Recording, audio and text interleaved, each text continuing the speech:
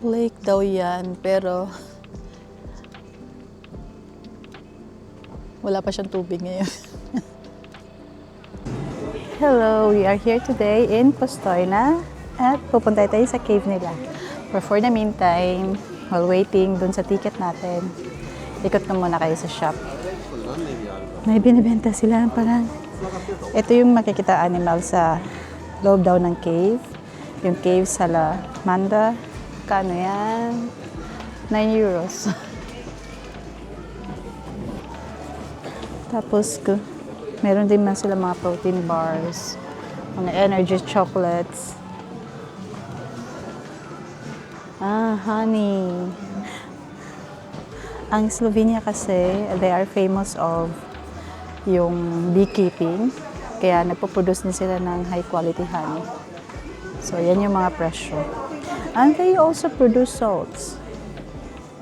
May kamahalan yung asin nila. Kasi sabi nila, masarap daw pala talaga tong asin nila. Tapos, normally, ginagamit nila yun sa pag-flavor ng mga salads. Tapos, hindi na sa cooking. Kasi sa sobrang mahal niya, parang ang hinayang na gamitin pa sa cooking. So, dito naman sa side ko ay ang mga stones.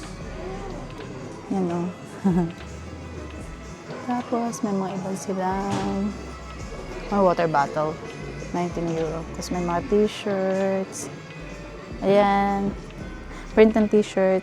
Yung sa Salamander. Cave Salamander. Meron din sa mga ref magnet. Yung Cave Salamander talaga yung kanilang symbol dito.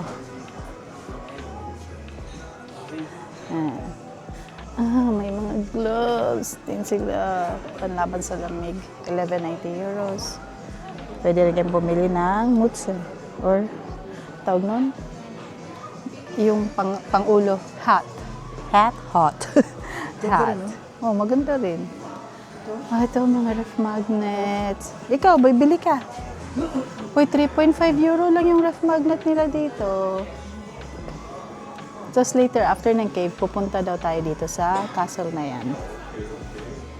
Yan. Postcards. Yan. Ito siguro yung expected na makikita sa loob pag pupunta ng cave. Ipapakita ko sa inyo ang loob ng cave, guys. Kasi sa cave na to, pwede daw mag-pictures. Yan. Ito yung mga ibang souvenirs.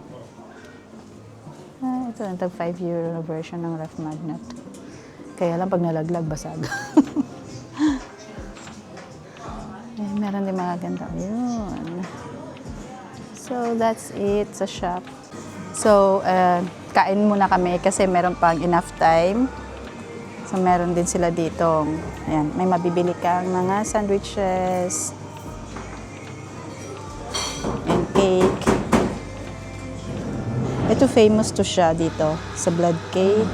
So, meron din other cakes, cheesecakes, pistachio cake, and donuts. And you can also buy coffee. Tapos may mga wine pa nga doon. So, bumili kami ng ako, cocoa, si June cappuccino, and then we will be sharing the pistachio cake. Guten Appetit! So, here we are. Going na tayo sa cave. Lamig niya.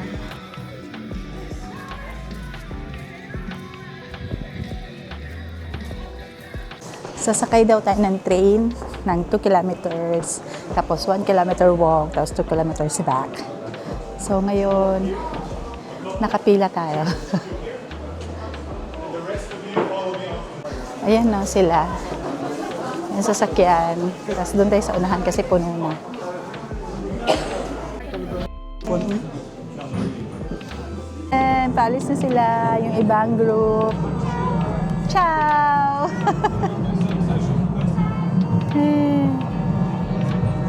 Meron silang warning dito, oh. Huwag daw tumayo, matatamaan ka ng stalactites. Huwag din daw i-extend yung arms and legs. So, secure natin itong safety bar, which is ito ang safety bar. Yan. Tapos place ng bags on your lap. Na tayo! Yay!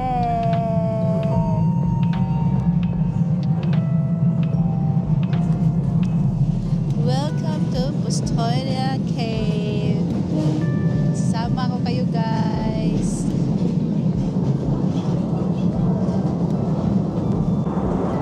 Ayan yung taas.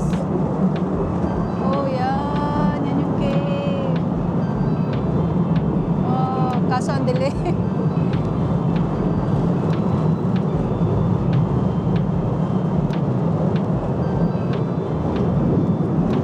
Para mauuntog eh. Sinabing no flash eh, meron pa rin talagang nag-ano. Flashlight ko yun. Flashlight mo? Kapala may salarin.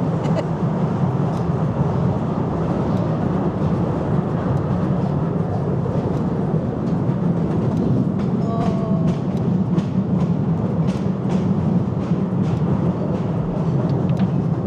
Wala lang. Ganito lang tayo. Yan siya. Oh, wow. Pero sa Skokyan, ang ganda. Mabilis kasi. Ayan na, may mga lights na siya. Mahaba itong video na to. Ang bibilis. Ang bilis ng trend, guys. Oh, yeah. Ito yung may presentation ng Christmas. Wow. Hello.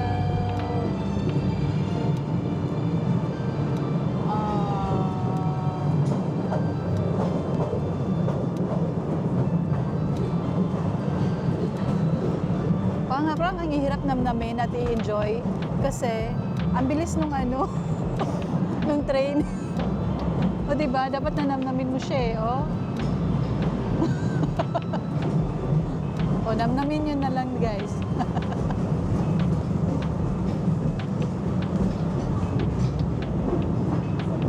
Ito yung makikita nyo sa loob ng Pustoy na cave. Feeling ko mauuntog ako eh. As if namang matangkad. Oh, yan guys. Oh, Diyos ko.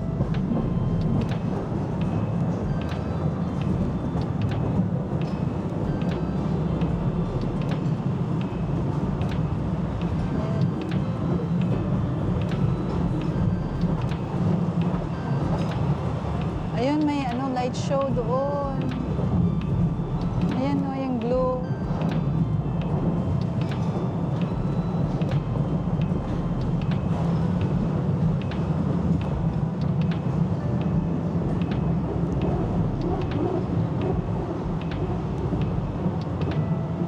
Ayan siya, guys.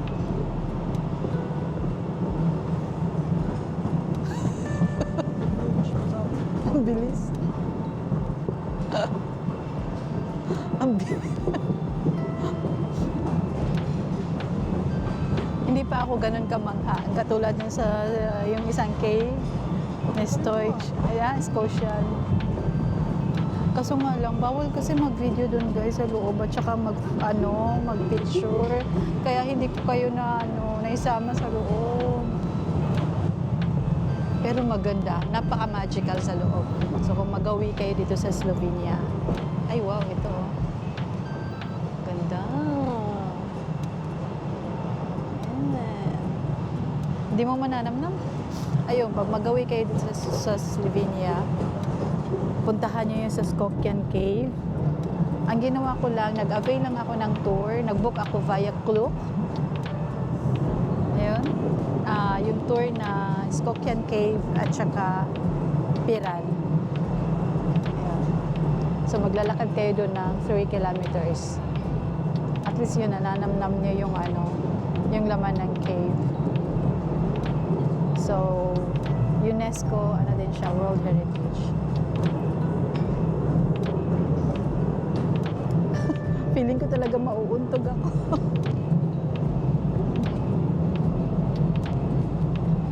May curtain dun, oh.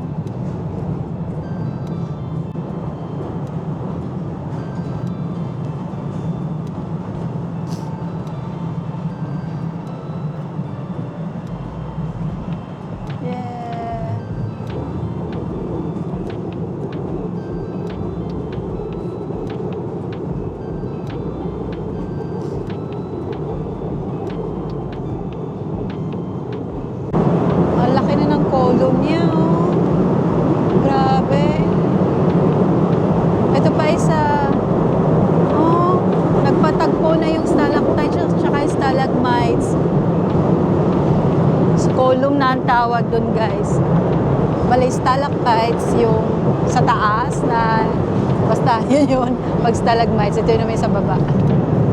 Pag nagtagpo na sila, nagiging column na. Sinasabi, yung 1 centimeter daw na stalactites, it will take 10 years para mabuo. So, imagine niyo kung ilang years yan, itong cave na to, yung mga yan na nabuo, thousands of years, millions, yan. Diba? Napaka-amazing ng nature.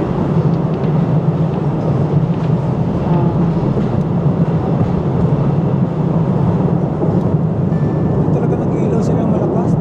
Oo, hindi. Mas ano talaga, hindi sila gilaw malakas, no? Mas ano talaga sa Skokyan, maganda yung pagkaano. Pero malay natin kasi may lakad naman tayo isang oras mamaya. Ay, isang oras, 1 kilometro. Ayun, naglakad na sila. Ayan na.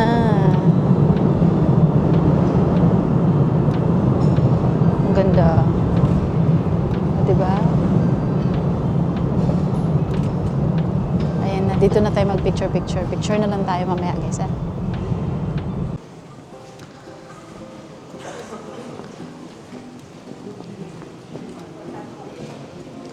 Yan, ang ganda.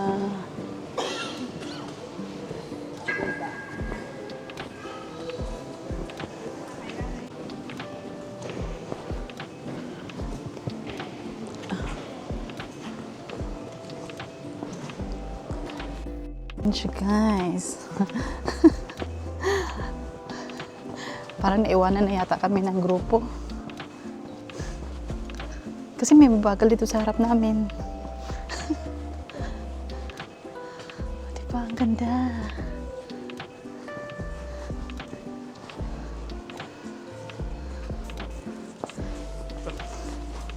Bilisan mo pa kasi habulin natin yung ano, grupo natin.